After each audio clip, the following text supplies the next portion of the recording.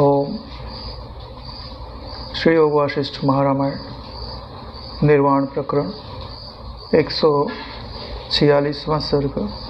स्वप्न दर्शन के बाद मुनि महाराज का स्वसुषुप्ति वर्णन पूर्वक स्वप्न के प्रसंग से ब्रह्म अद्वैत का विस्तार से वर्णन करना। यानी इस सर्ग का विषय है कि जो स्वप्न उन्होंने देखा था उसके पश्चात महामुनि ने सुषुप्ति का अनुभव किया है और उसी सुषुप्ति के माध्यम से अद्वैत ब्रह्म का वो प्रतिपादन करते हैं। व्याध ने कहा, हे मुनिवर, यथार्थ में भ्रांति रूपी नामतः उस हृदय में उस प्राणी के ओज में बैठे हुए आपका उसके उपरांत कैसा स्वप्न दर्शन आदि वृतांत संपन्न हुआ, सो कृपा करके मुझसे कहिए। यानी वहाँ जो व्याध है वो महामुनि से पूछते हैं कि जो घटनाएं घटी हैं उसके उपरांत क्या हुआ। यानी उस प्राणी के ओज में आप बैठे हुए हैं, ओज में यानी बुद्धि में बैठे हुए हैं, क्योंकि बुद्धि तो सबसे पीछे खड़ी होती है, जो मन को भी देखती है, चित्त को भी देखती है, इंद्रियों के व्यवहार को भी देखती है, उनके अनुभवों को भी देखती है। तो उसके उपरांत क्या घटित हुआ है। मुनि महाराज ने कहा, हे व्याध, उसके बाद उस प्राणी के ओज में बैठे हुए तथा उसके जीव से मिश्रित लिंग देह वाले मेरा वहाँ पर उस समय जो वृतांत हुआ उसे तुम सुनो। यहाँ पे एक वर्ड आया है, उस जीव से मिश्रित लिंग देह वाले मेरा, यानी इनका जो स्वरूप है वहाँ पे वो लिंग शरीर है। लिंग शरीर इसको बोलते हैं जिसको आप पुर्यष्टका बोलते हो या जिसको आप सूक्ष्म शरीर बोलते हो, उसी को ही लिंग शरीर बोला जाता है। यानी इसमें 8 चीज़ें होती हैं। 8 चीज़ें मतलब जैसे ये 5 कर्म इंद्रियाँ हैं तो ये 1 हो गई, 5 ज्ञान इंद्रियाँ हैं तो 2, 5 प्राण है तो 3, 4 अंतःकरण है तो 4। ऐसे ही 5 तन्मात्राओं को भी गिन लेते हैं, अविद्या, कामना और कर्म, ये कुल मिला के 8 चीज़ें उनमें होती हैं जिन्हें ही लिंग शरीर कहा जाता है। अगर ये 8 चीज़ें नहीं हो तो लिंग शरीर जीव रूप से नहीं कहा जा सकता या उसका होना भी संभव नहीं है। सूक्ष्म शरीर में अविद्या, कामना और कर्म नहीं जोड़े जाते, क्योंकि सूक्ष्म शरीर उसका भी हो जाता है जिसको बोध हो गया है, लेकिन जो लिंग शरीर है उसमें अज्ञान होना आवश्यक है। तो ये भ्रम देख रहे हैं ना, इसके लिए लिंग शरीर कहा गया है। और लिंग शरीर किसके साथ एक हो गया? उसके जीव के साथ। यानी उसके जीव को जैसा अनुभव होगा वैसे ही इनको भी अनुभव होगा। उस समय जबकि अति भयानक प्रलय का आडंबर अपनी पूरी शक्ति के साथ कदम उठाया था, यानी जब वो सूक्ष्म शरीर के द्वारा उसके हृदय के अंदर प्रवेश करके ओज में स्थित है तो उन्होंने पहले जल प्रलय देखा था, बाद में अग्नि का प्रलय देखा था। तो इन्हीं का वर्णन यहाँ पे कर रहे हैं। महान पर्वतों को तिनके के समान उड़ाने वाला प्रलय वायु बह रहा था, यानी बहुत तेजी से वायु बह रहा था। झटपट कहीं से पर्वत वृष्टि आ गई। पर्वत वृष्टि का क्या मतलब होता है? जैसे जल बरसता है तो पानी गिरता है ऊपर से। पर्वत वृष्टि का मतलब ऊपर से पर्वत के टुकड़े गिरेंगे, पत्थर गिरेगा, जिसको पर्वत वृष्टि कहा जाता है। यानी जो नीचे रहेगा सो मर ही जाएगा। ऐसी वृष्टि की जिसमें बड़े बड़े वन, पर्वत, शिखर, गांव, नगर उड़ रहे थे। यानी उड़ रहे हैं तो कहीं गिर भी रहे होंगे। जब मैं उस प्राणी के ओज के अंदर उसके जीव रूप से परिणत हुआ, यानी उसके ओज के अंदर ऐसा एक हो गया कि लग रहा है कि उसका जीव भी मैं ही हूँ, उस समय सूक्ष्म परमाणु रूप मैंने, यानी सूक्ष्म रूप मैंने वहीं पर्वत देखी। क्योंकि ये अत्यंत छोटे हैं, इतने छोटे हो गए कि अन्न का जो कण है ना वो भी इनको पर्वत जैसा दिखाई दे रहा है। यही कारण है कि उनको वहाँ पर्वत वृष्टि का अनुभव हो रहा है। उस प्राणी की नाड़ियों के भीतर स्थित अन्न रस के अंतर्गत अन्न के कण रूपी पर्वत राशि से निश्चेष्ट हुए मैंने अज्ञानता रूप अंधता से मिश्रित गाढ़ सुषुप्ति का अनुभव किया। यानी वो जो कण बरस रहे थे उसके नीचे ये दब गए, इतने दब गए कि अब ये हिल डुल नहीं सकते। तो क्या घटना घट रही है कि ये सुषुप्ति को प्राप्त हो गए। इनकी सुषुप्ति को ऐसे समझो जैसे अभी किसी व्यक्ति के ऊपर कुछ जोरदार आघात कर दिया जाता है तो क्या होता है, मूर्छित। यही तो होता है, कॉमा में चला गया भाई, इसके सिर पे चोट लगी और ये कॉमा में चला गया। कॉमा मतलब सुषुप्ति में चला गया ना। ऐसी सुषुप्ति जो देह से परे है, यानी उस समय उसके देह को काटो तो कुछ पता नहीं चलेगा, मूर्छित होने में नहीं पता चलेगा, सोया है तो पता चलेगा। तो वही चीज़ यहाँ पे भी घटित हो रही है। सारी चीज़ें दबी तो उनकी चेष्टा जो है पूरी तरह से स्तब्ध हो गई है। इसी को यहाँ पर सुषुप्ति कहा जा रहा है। तदुपरांत कुछ समय तक सुषुप्ति का अनुभव कर जब प्राण के गमन आगमन के मार्ग में बाधा डालने वाला अन्न पच गया, यानी सुषुप्ति कब तक है, जब तक अन्न उनके ऊपर पड़ा हुआ है। जब अन्न पच जाएगा तो फिर से रास्ता खुल जाएगा। तब प्रातः काल में कमल के तालाब की तरह धीरे धीरे मैं बोध की ओर अग्रसर हुआ। जैसे कमल का तालाब होता है तो सुबह में सूर्य निकलेगा तो जितने भी कमल हैं वो सब खिलेंगे, तो कमल विकास को प्राप्त होते हैं। ठीक है, ऐसे ही मैं विकास को प्राप्त हुआ कब, जब अन्न जो रस था वो पच गया। अंधकार में बंद की हुई दृष्टि जैसे चिरकाल में तेजो राशि के आभास रूप से भासित होती है, वैसे ही वहाँ पर सुषुप्ति ही आत्मस्वरूप स्वप्नता को प्राप्त हुई। जैसे आप सो गए तो कुछ नहीं था, तो आपको क्या समझना चाहिए कि जो सारा जगत है वो किस रूप में है, कुछ नहीं के रूप में। तो अब जो कुछ है वो कहाँ से आएगा, कुछ नहीं से आएगा। अरे भाई जादू वाले ऐसे तो दिखाते हैं, बोले ये देखो ये जो झोली है, बोले देख लो, कोई भी जाके देखो उसके अंदर कुछ नहीं रहता।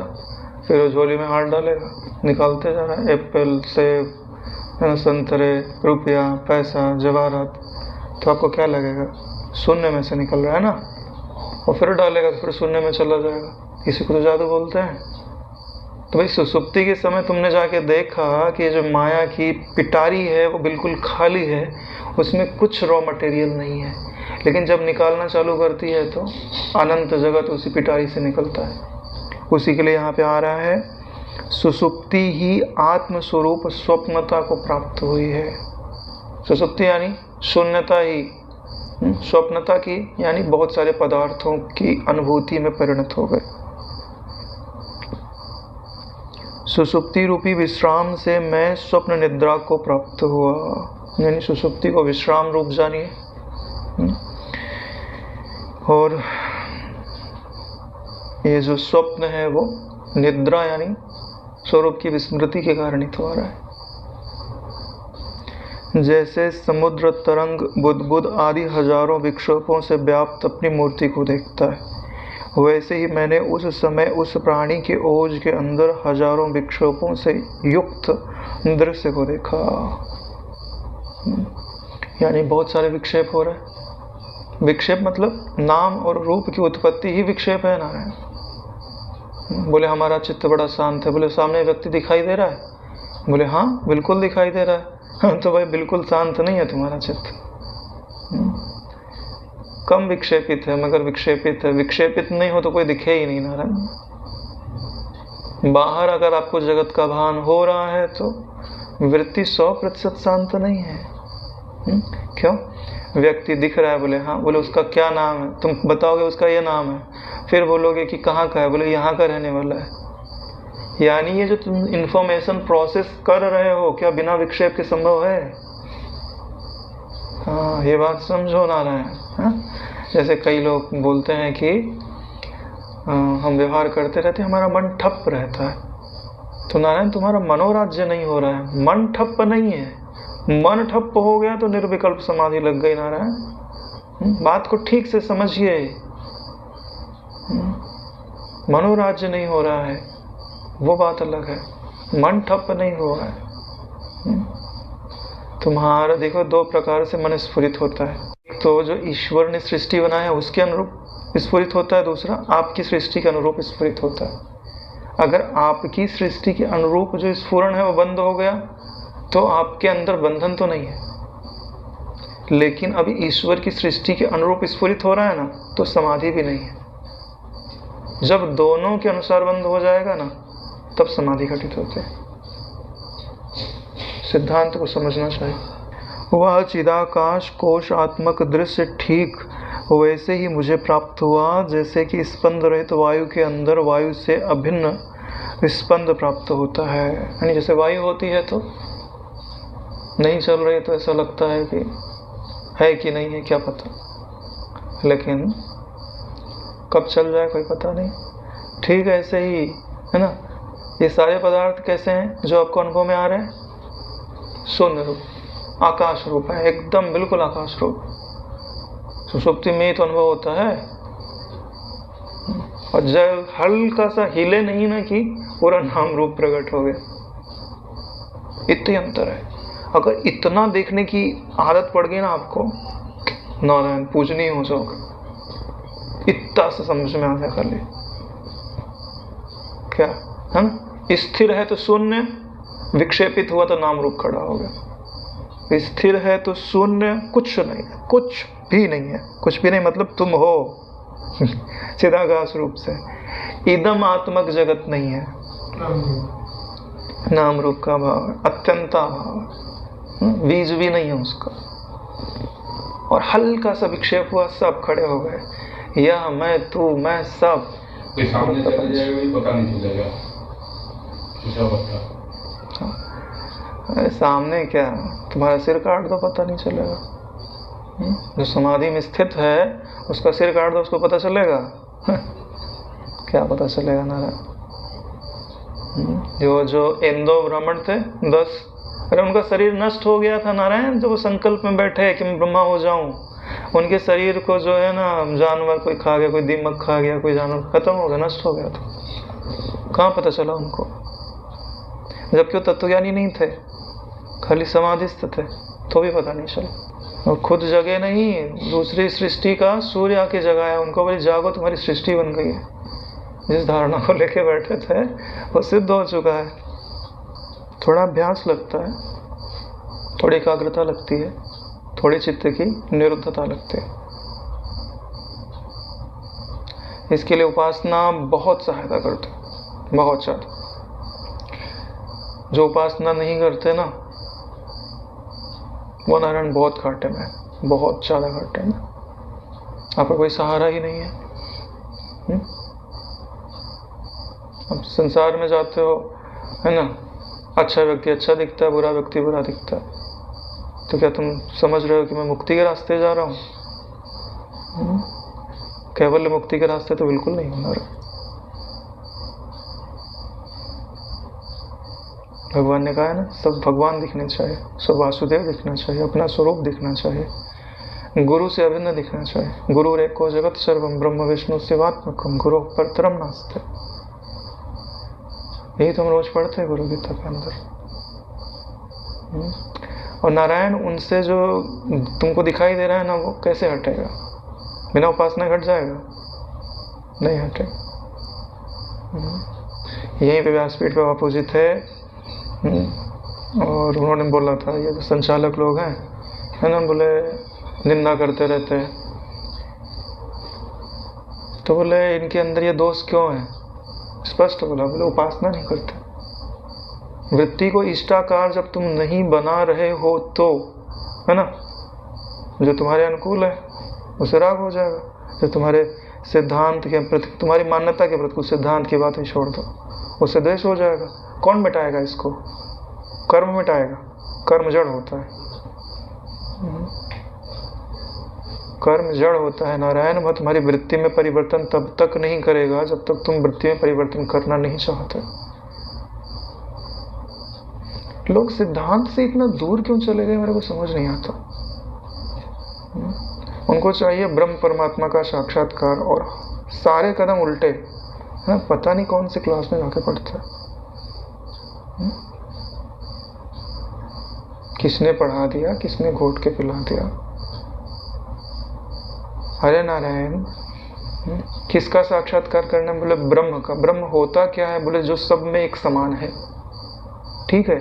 और तुम्हारे पास मन है, उसका क्या काम है? बोलो जो एक समान वस्तु है ना, उसको अलग अलग करना इसका काम है।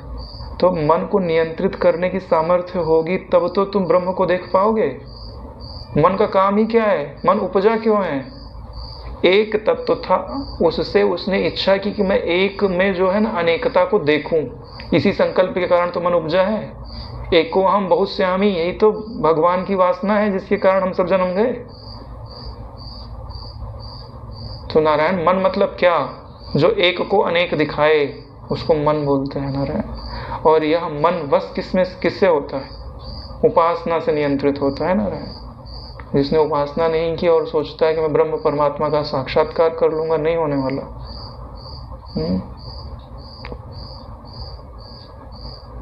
प्रज्ञाने न एनम आपनुयात न विरतो दुश्चरितात् न शांतो न समाहिता न शांत मनुष्यो वापी प्रज्ञाने न एनम आपनुयात।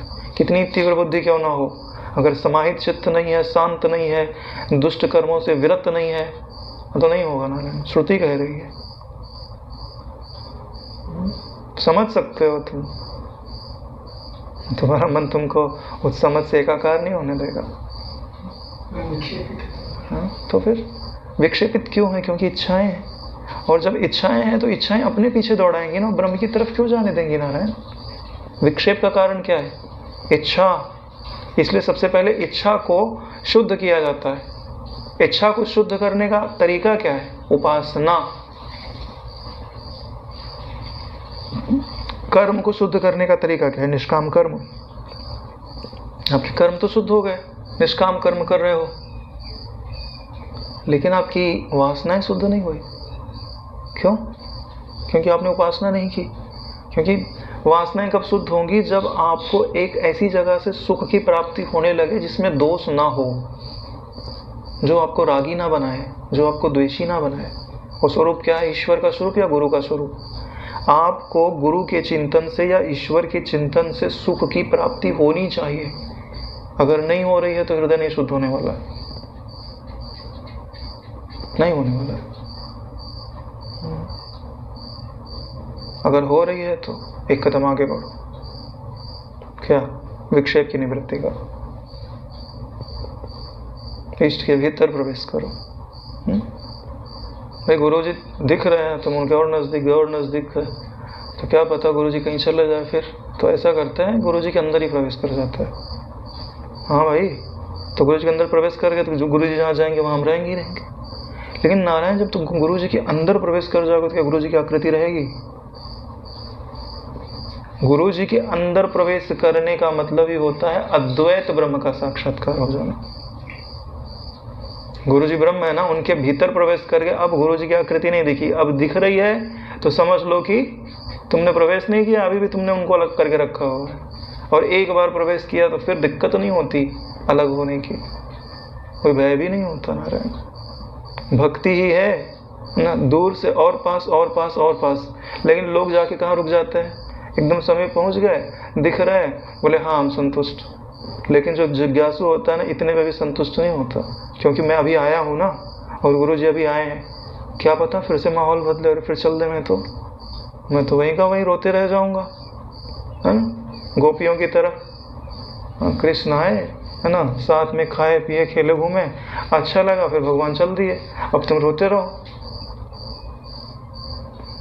तो क्या उपाय है कि भगवान के अंदर ही प्रवेश कर जाओ। जैसे मीरा कृष्ण को याद करते करते कृष्ण से एकाकार हो गई, उनकी मूर्ति में, उनके स्वरूप में प्रवेश कर गई। अब अलग हो पाएगी क्या? नहीं अलग हो सकते ना, पा लिया उसने, एकता पा ली। तो ये ज्ञानी है। सब पहले सभी भक्त हैं। जो ज्ञानी है वो भी भक्त है, जो भक्त है वो भी भक्त है।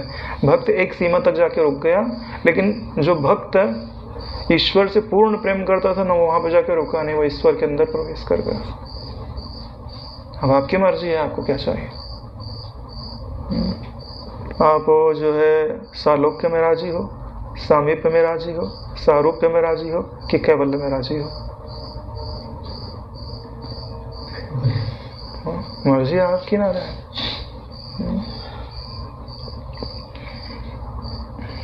एक मेरे मन में ख्याल आया कि सब बोलते हैं मीरा ने बहुत भक्ति की, मीरा ने बहुत भक्ति की। मैंने ध्यान से देखा मीरा जी की तरफ तो मुझे एक चीज़ का अनुभव हुआ अपने हृदय में।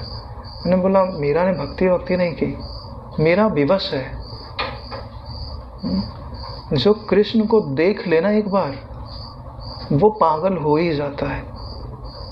उसमें मीरा ने कोई भक्ति नहीं की, वो विवश है नारायण। उनको इस याद करने के लिए उनका प्रेम इतना है कि अब वो उनके बगैर रह ही नहीं सकती। तुमने भक्ति का नाम दे दिया, तुमने उसको विरहिणी का नाम दे दिया, कृष्ण कृष्ण पुकार रही है। अरे भाई, जो छटपटा रहा हो वो हाथ पांव नहीं मारे तो करे क्या?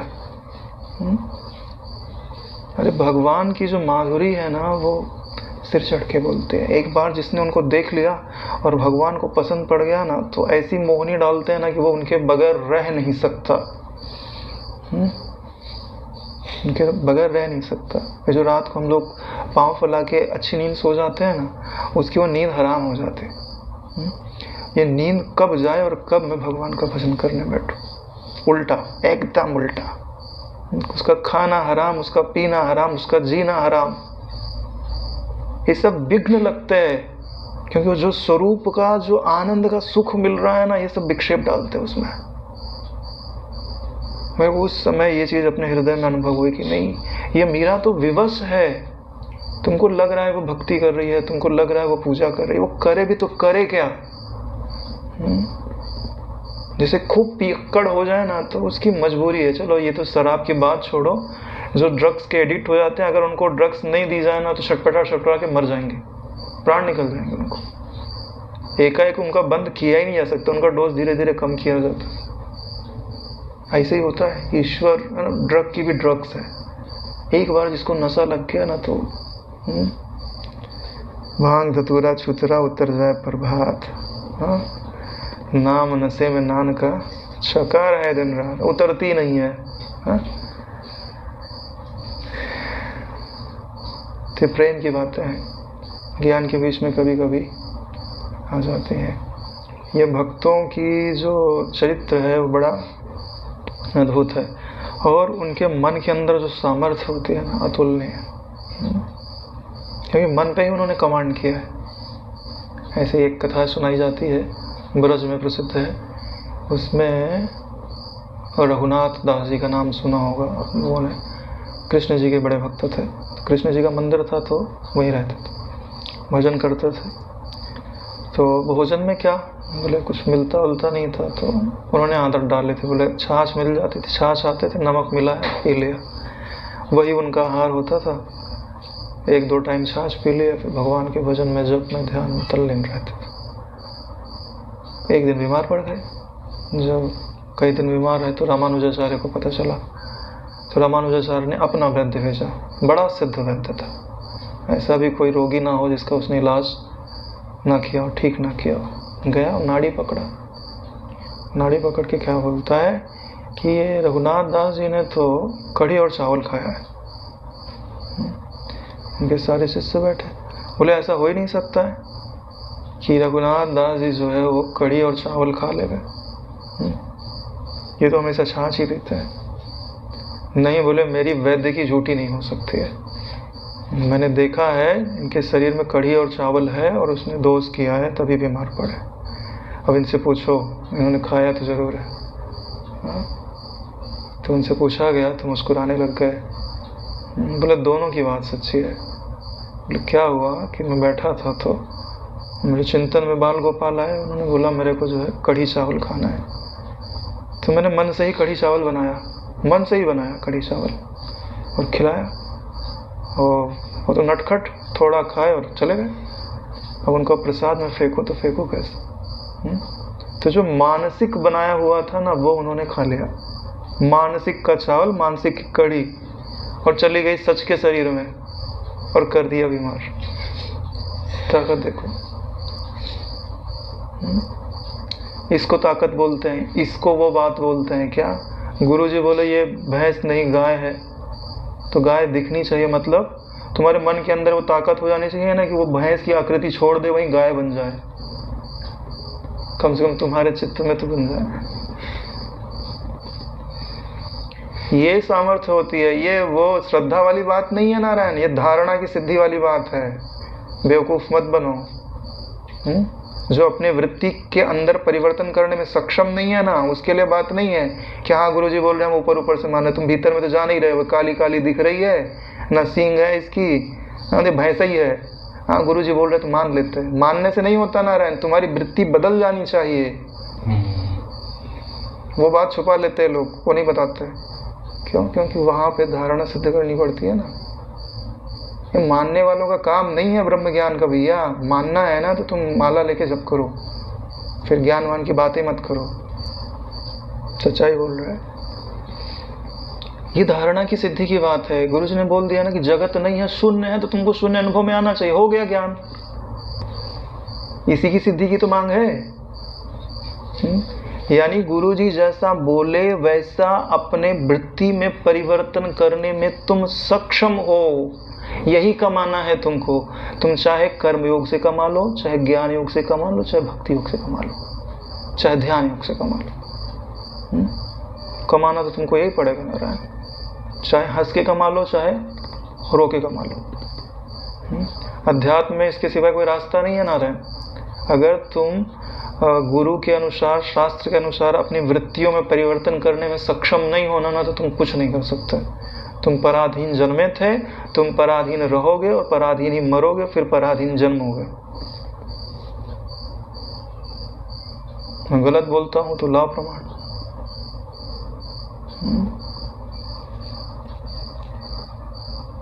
अब इसको तुमको जीतना है, तुम चाहे जैसे जीतो।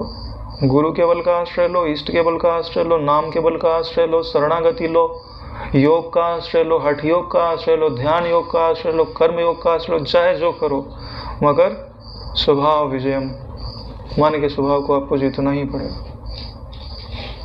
विश्राम चाहिए ना आपको, तो फिर मन को समझाना तो पड़ेगा ना कि दृश्य में शांति नहीं है, कि जो हाल जो है एक तृष्णावान का है वैसे ही हाल बना के रखना है, फिर नहीं मिलेगा नारायण। तो वो तृष्णावान चाहे ब्रह्मलोक में ही क्यों ना हो, ठीक है, उसको वहाँ के रस का अनुभव नहीं होगा। रस का अनुभव तो उसको होता है, हाँ? अरे जो अपनी वृत्ति पे अपने गुरु को आरूढ़ होने दे उसको तो होगा। गुरु जी तुम्हारे घर में जाएं और तुम आसन ही ना दो, प्रवेश ही ना करने दो, तो गुरु जी क्या कर लेंगे? ऐसे ही तो हमारी वृत्तियों पे संसार आरूढ़ हुआ बैठा है। गुरु जी आते हैं ब्रह्माकार वृत्ति के रूप में, तुम बोलते हो जगह ही नहीं है। हाँ, रुपया गिनना है, पदार्थ रखने हैं, पदार्थ संभालने हैं, लोगों को चलाना है, जमीन संभालनी है, दौलत संभालनी है, ब्रह्म को संभालना है। कहाँ, कौन सोचता है? हाँ, मेरा बगीचा सूखा जा रहा है, मेरा ये बिगड़ गया, मेरा वो बिगड़ गया है। अरे नारायण, ब्रह्म के चिंतन के लिए मन मिला था, तुम किसका चिंतन कर रहे हो? कर्तव्य पूरा करने की मनाही नहीं है, एक के बदले 10 कर्तव्य पूरा करो, लेकिन चिंतन उसका होना अच्छा नहीं है नारायण। हाँ, तो जैसे अग्नि में उष्णता अग्नि आदि से अभिन्न है, जैसे जल में स्थित तरलता जल आदि से अभिन्न है, जैसे मिर्च आदि में स्थित तीक्ष्णता मिर्च से अभिन्न है, वैसे ही चिदाकाश से जगत अभिन्न है। यानी तुमसे ये जगत अभिन्न है, तुम्हारा ही स्वभाव है जो जगत के रूप में दिखाई दे रहा। चारों ओर फैला हुआ एकमात्र चित स्वभाव होने के कारण जगत स्वप्न रूपी जगत दृश्य सुसुप्ति रूपी माँ के उदर से बालक की तरह जन्मा है। यानी ये जो अपने को जगत दिखाई दे रहा है वो सपने के जैसा है, और इसको उत्पन्न कौन करता है? सुसुप्ति रूपी माँ, यानी शून्य से आया है। जहाँ ये नहीं है वहीं से आया है, और जहाँ नहीं है वहीं पे लीन हो जाएगा। तो शून्य से कौन आता है? शून्य ही आता है। शून्य से तुम एक नहीं निकाल सकते, लेकिन शून्य से तुम अनंत शून्य जरूर निकाल सकते हो, और अनंत शून्य शून्य में जरूर डाल सकते हो। शून्य की खोज भारत की खोज है, ये कोई अमेरिका में नहीं खोज हुई है शून्य की। शून्य में और ब्रह्म में ज़्यादा अंतर नहीं है ना, वही स्वभाव है। पूर्णमिदं पूर्णात् पूर्णमुदच्यते पूर्णस्य पूर्णमादाय पूर्णमेवावशिष्यते। शून्य से कितने ही शून्य निकालो, सब शून्य पूर्ण ही होता है, और उसमें कितने ही शून्य डालो उसका मान बढ़ता नहीं है, घटता भी नहीं है। और शून्य से शून्य को भाग दे दो तो क्या प्राप्त होता है? अनंत। शून्य से शून्य को भाग दो फिर शून्य प्राप्त होगा क्या? अनंत प्राप्त होगा, इनफिनाइट। क्यों? अरे शून्य को शून्य से गुणा करो तो भी शून्य आता है, शून्य को 1 से गुणा करो तो भी शून्य आता है, शून्य को अनंत से गुणा करो तो भी शून्य आता है। तो फिर भाग में भी तो ये नियम चलता है। तो यानी हम उसको शून्य भी लिख सकते हैं और अनंत भी लिख सकते हैं। शून्य का कोई अंत है? कोई अंत नहीं है ना। इसीलिए अगर आपको अनंत जाना है तो शून्य के रास्ते से होके ही जाना पड़ेगा। इसलिए जो आरती करते हैं ना, तो क्या बनाते हो आप? शून्य बनाते हो ना। ब्रह्मांड, ब्रह्मांड की आकृति कैसी? शून्य के जैसी, इसीलिए तो आप बनाते हो। और जो आरती होती है वो चारों तरफ घुमाई जाती है। क्यों घुमाई जा रही है? उनका जो पूरा आभा मंडल है ना, उसमें जो नकारात्मकता है वो सब तुम्हारे जो दो तरह से आरती हो रही, ध्यान से देखो। तुम कर रहे हो ना, जिसकी कर रहे हो उसकी भी हो रही, उसकी दृष्टि में तुम्हारी भी हो रही। नहीं हो रही? क्या हो रही है ना? फिर तुम्हारा भी आभा मंडल शुद्ध हो रहा है, तुम्हारी भी ऊर्जा बढ़ रही है। तभी तो बोलते हैं आरती है नहीं, दुख को हरने वाली, आपदा को हरने वाली, संकट को हरने वाली है। रोज आरती करते हैं ना, संकट दूर रहता। व्याध ने कहा, महाराज आप तत्सुषुप्तामनः यो तत् शब्द से और दृश्य पद से दृश्य का व्यपदेश करते हैं।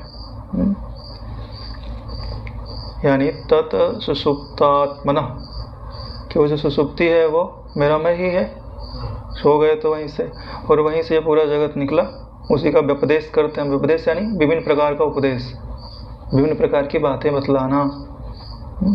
इसलिए सुषुप्त दृश्य कुछ है ऐसा आपका अभिप्राय ज्ञात होता है, लेकिन सुषुप्त दृश्य कुछ होता है? कुछ नहीं होता नारायण। जब वृत्ति सो ही गई तो वहाँ कुछ होगा? नहीं होगा। लेकिन क्या बोल रहे, उसी से दृश्य निकलता है, तुमको क्या लग रहा है वहाँ कुछ होगा? हाँ, पहले दिखाई ना दे रहा हो। सो कृपया सुषुप्त दृश्य का क्या स्वरूप है यह मुझे समझाइए। सुषुप्त दृश्य को ये कुछ जादुई चीज मान रहे हैं जिससे ये पदार्थ निकल जाता है। क्या जिस प्राणी के हृदय में आप प्रविष्ट हुए थे उस प्राणी के सुषुप्त दृश्य से और आपके सुषुप्त दृश्य से भी जन्य जगत रूप दृश्य दूसरा उत्पन्न होता है? ये जो प्राणी सो गया उसकी सुषुप्ति में और आपकी सुषुप्ति में, इन दोनों में कुछ अंतर है क्या? कि जिससे ये जगत जो है उत्पन्न हो जा रहा है। अन्यता का प्रयोजक जन्म क्या है? ये जो अन्य रूप से जगत दिखाई दे रहा है, इसका प्रायोजक कौन है? इसको कौन प्रायोजित कर रहा है, यानी कौन ला रहा है, या इसकी योजना कौन बना रहा है? अथवा सर्वदृश्य प्रलय में अन्य सुषुप्ति क्या है, इसे कृपया आप समझाइए। मुनि ने कहा, दृश्य आदि वास्तव में कुछ नहीं है। जब ये आप समझ लोगे कि वास्तव में कुछ नहीं है तो आपका प्रश्न खत्म हो जाएगा। क्यों? क्योंकि ये दृश्य को कुछ मान रहे हैं, तो अभी तो प्रश्न कर रहे हैं कि सुषुप्ति में ऐसा क्या है जो इनको उपजा दे रही है। क्यों प्रश्न क्यों उपज रहा है? क्योंकि दृश्य में कुछ वेटेज रखा हुआ है, रहेगा ही, क्योंकि अज्ञानी है। दृश्य में कुछ ना कुछ मूल्य तो देगा ही देगा।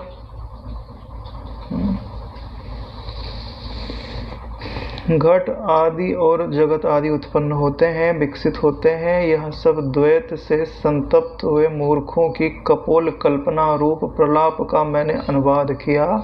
यह कोई तात्विक वाद नहीं है। बड़ी बात यही है जो इन्होंने बोला कि सुसुप्ति से जगत की उत्पत्ति होती है।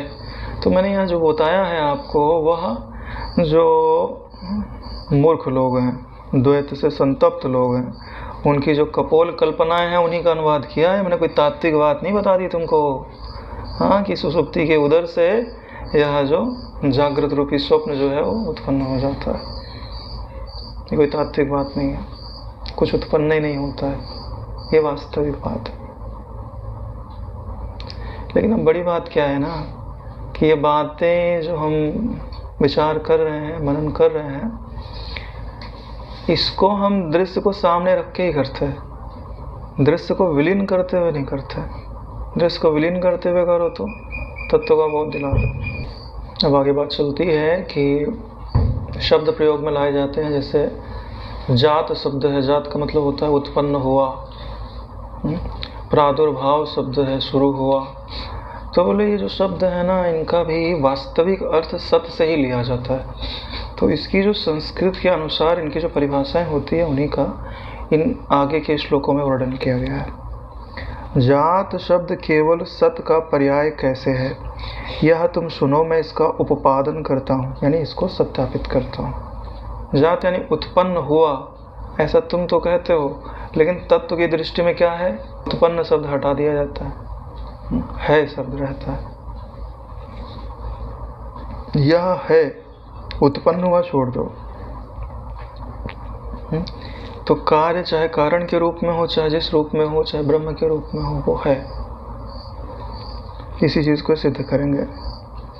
जन धातु जनी प्रादुर्भावो, यो पाणिनि आदि द्वारा प्रादुर्भाव अर्थ में कहा गया है।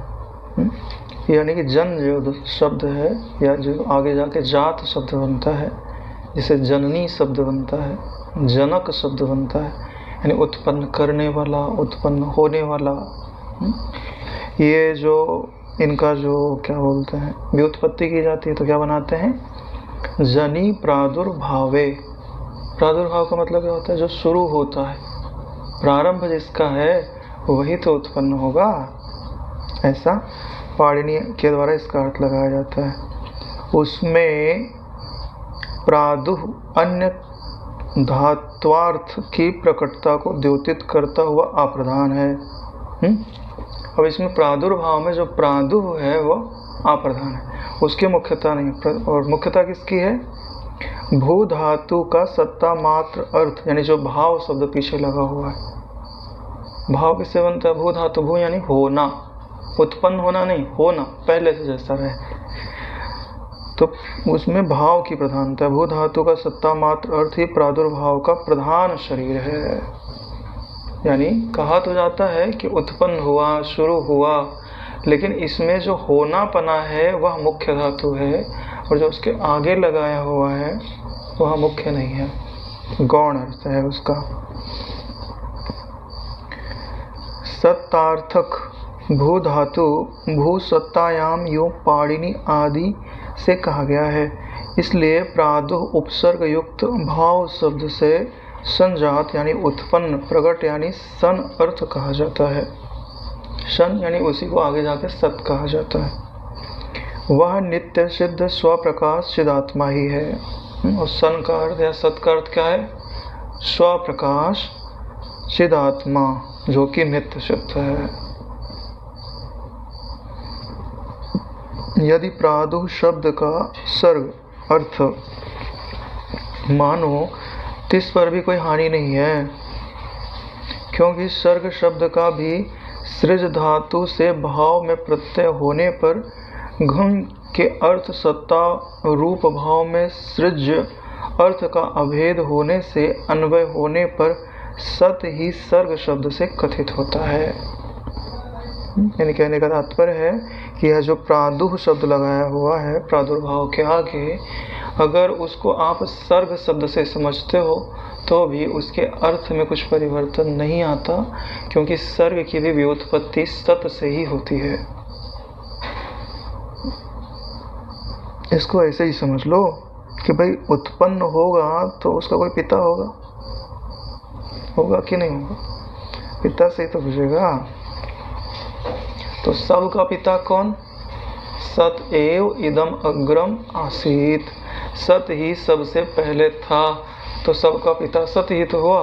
तो जितने भी धातुएं आगे के अर्थ में प्रयुक्त होती हैं वो सब सत की ही आश्रित हो सकती हैं।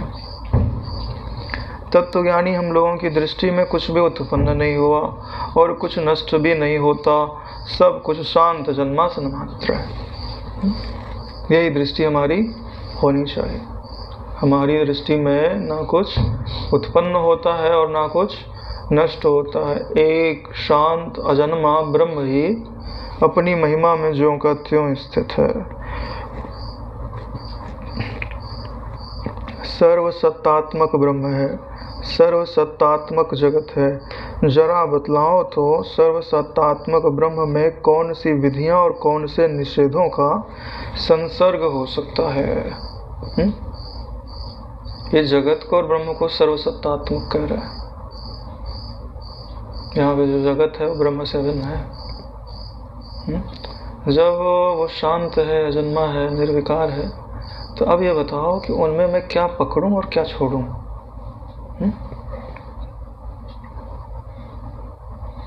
यह ग्राह्य है, यह त्याज्य है। इस भांति मन की कल्पना बंधन सिद्ध बात। तो भैया कुछ ग्रहण नहीं किया जा सकता उसमें से और कुछ छोड़ा भी नहीं जा सकता। ठीक है, ब्रह्म से क्या ग्रहण करोगे? ब्रह्म पूरे का पूरा पहले ग्रहण में है, उसमें से क्या ग्रहण करो? उसमें अंग अंगी भाव थोड़ी है कि हम 1000 सेब रखे उसमें से एक निकाल ले।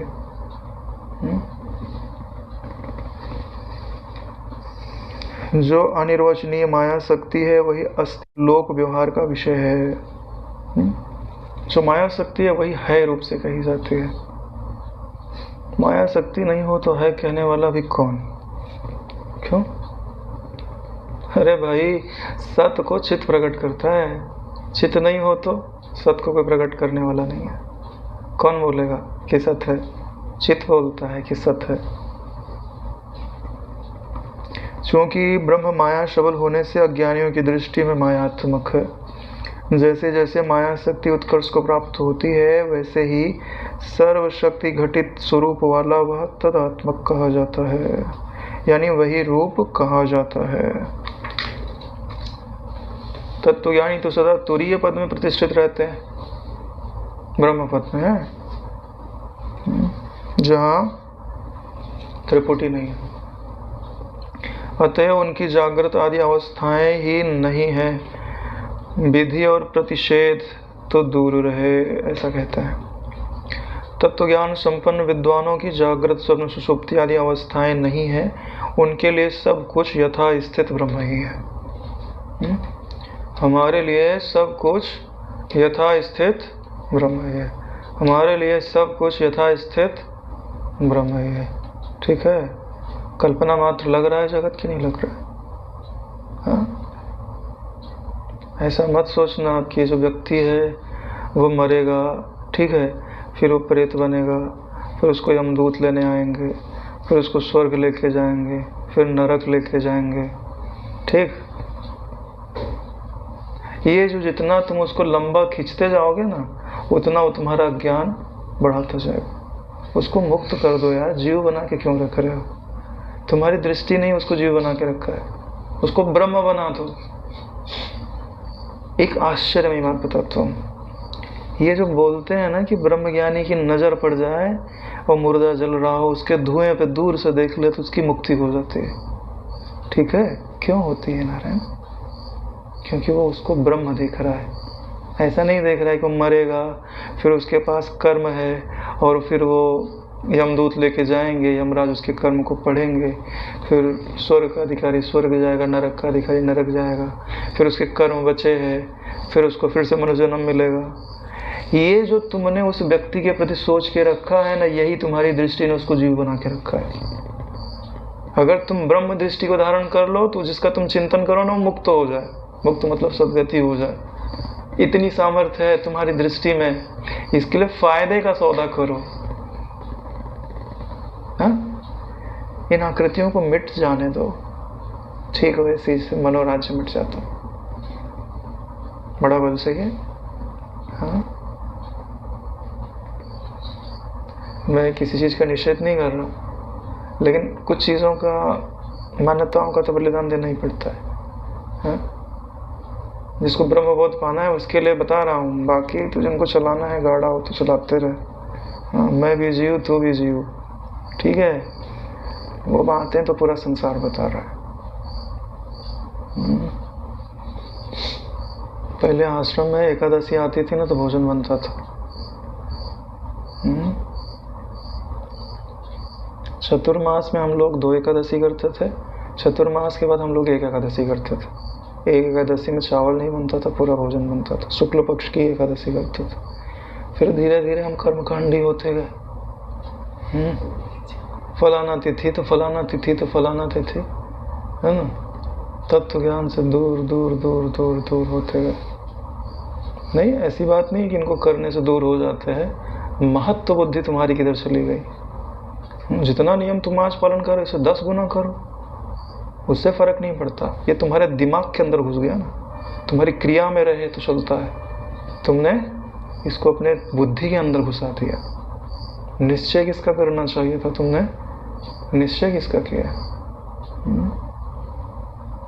कौन बताने जाए, किसको बताने जाए? कोई पात्र ही नहीं रह गया। किसी को बोल दो तुम घर बना लो, तुम्हारे घर जोड़ देंगे। बंदर और चिड़िया की बात है, हमको बहुत अच्छी तरह के साथ है। अब तो हमारे प्रिय हो, आत्मीय जन हो, इसलिए हम तुमको बता देते हैं, सच्चाई बात बता देते हैं। हाँ, भले पेट पीछे कुछ भी करो जाके, लेकिन रोज आते हो, सुनते हो, है ना, कष्ट सहते हो तो बात बता देते। बड़े काम की बातें हैं, सुन लो, समझ लो तो आपकी दृष्टि से न दूसरे का कल्याण हो सकता है। आपकी तो बात ही छोड़ दो, क्योंकि ये गुरु जी की वास्तविक दृष्टि की बातें हैं। पुराने सत्संग आप सुन के देख लो, मेरी एक एक बात का आपको प्रमाण मिल जाएगा। इसलिए जीव दृष्टि परिच्छिन्न दृष्टि है ना, उसमें बल नहीं होता। चलो मैं मान लेता हूँ तो तू मर जाएगा, वो दूसरे लोग जाएगा। अरे लेकिन उसकी परंपरा कभी तो खत्म करो। कहाँ खत्म करोगे ले जाके? अगर तुम उसकी परंपरा खत्म नहीं कर पाए तो तुम अपनी भी परंपरा कभी खत्म नहीं कर पाओगे। अगर तुम्हारी दृष्टि में कोई दूसरा जन्मता और मरता है तो तुम्हारा भी जन्म और मरण चालू है। भ्रम में मत रहो कि तुमने 2-4 वाक्य वेदांत के सुन लिया तो तुम्हारे बंधन कट गए। तुमको लगता है ना कि मर गया, कहीं गया है, कहीं जन्मेगा तो नारायण तुम भी जाओगे, तुम भी जन्मोगे। मजाक की बात नहीं कर रहा, जीवन रचन पढ़ के देख लो।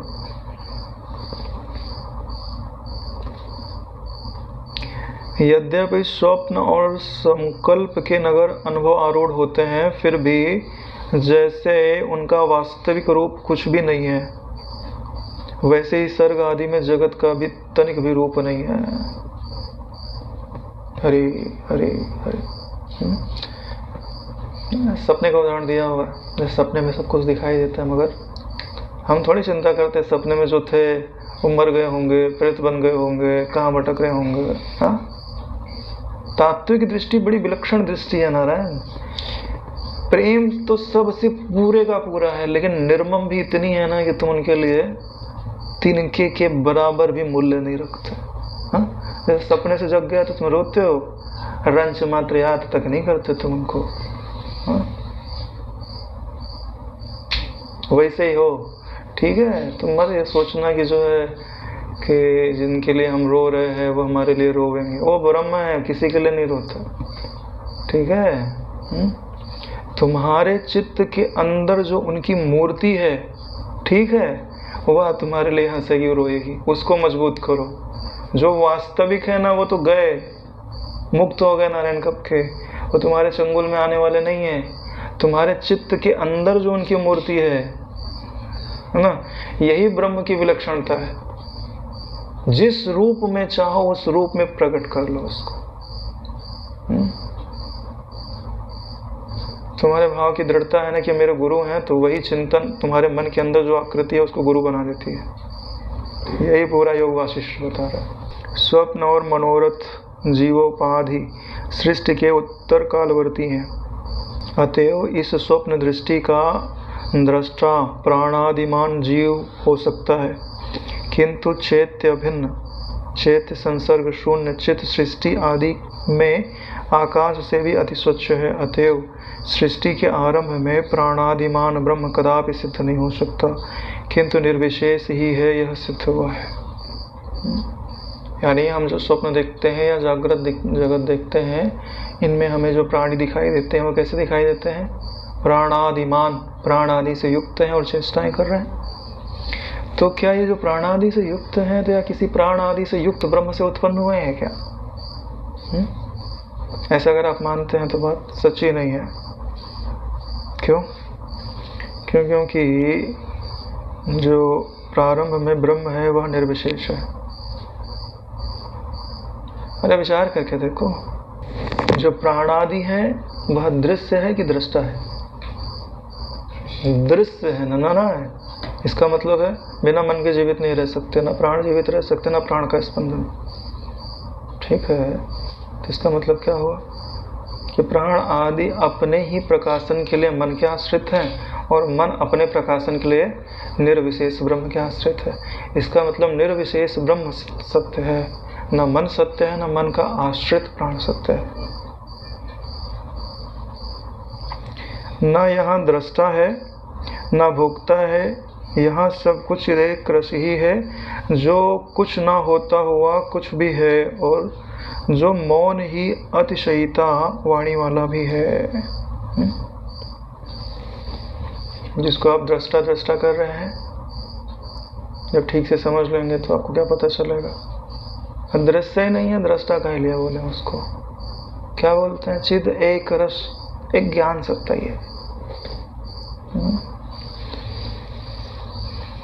ना कुछ होता हुआ कुछ भी है, केवल एक मौन ही स्थित है। सृष्टि के आरंभ में कारण का अभाव होने से चित्त में जो रूप जैसे विकसित हुआ, स्वप्न और मनोरथ के नगर के समान वह रूप प्रलय तक ज्यों का त्यों रहता है। खिड़की बंद, आवाज बंद। हाँ, तो बात बता रहे हैं कि सृष्टि के आरंभ में कोई कारण नहीं है ना, तो ये जो चीजें हैं वो माया शक्ति का जो संकल्प है उसी कारण तो अनुभव में आती है। तो उन्होंने जैसा संकल्प कर दिया है प्रलय काल तक वो वैसा ही रहता है। जैसे कि बालक अपने शरीर पर चित्र लिखे तो बाघ, सर्प आदि के चित्रों से भयभीत होता है। यानी हाथ पे ड्राइंग बना दिया तो ड्राइंग को देख देख के डर रहा है।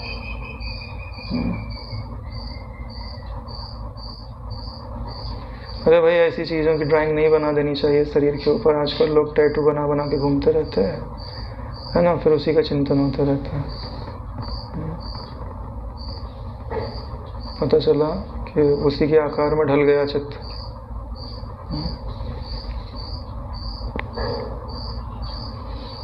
नहीं, इतना सुंदर शरीर होता है, उसके ऊपर काला काला जो है लिख लेते हैं तो काला बढ़िया लगता है या?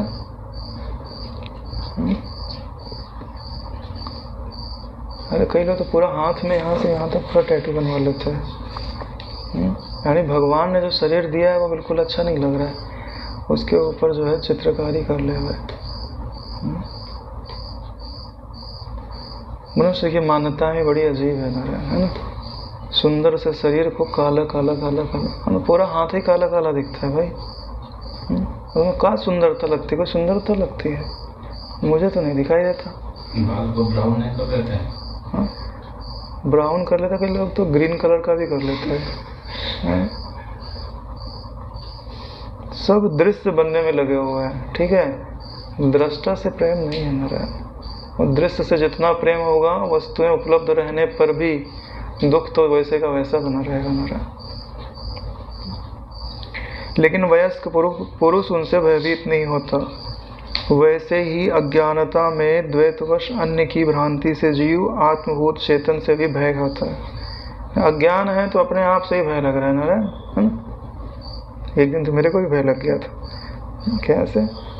पता नहीं क्या हुआ कि अपने आईने के अंदर देखा, मैंने कहा ये कौन है यार। मतलब इतनी शांति में तो खुद को ही भूल गया मैं कौन हूँ, मेरा शरीर क्या है। फिर बाद में लगा नहीं, ये तो मेरा ही शरीर है।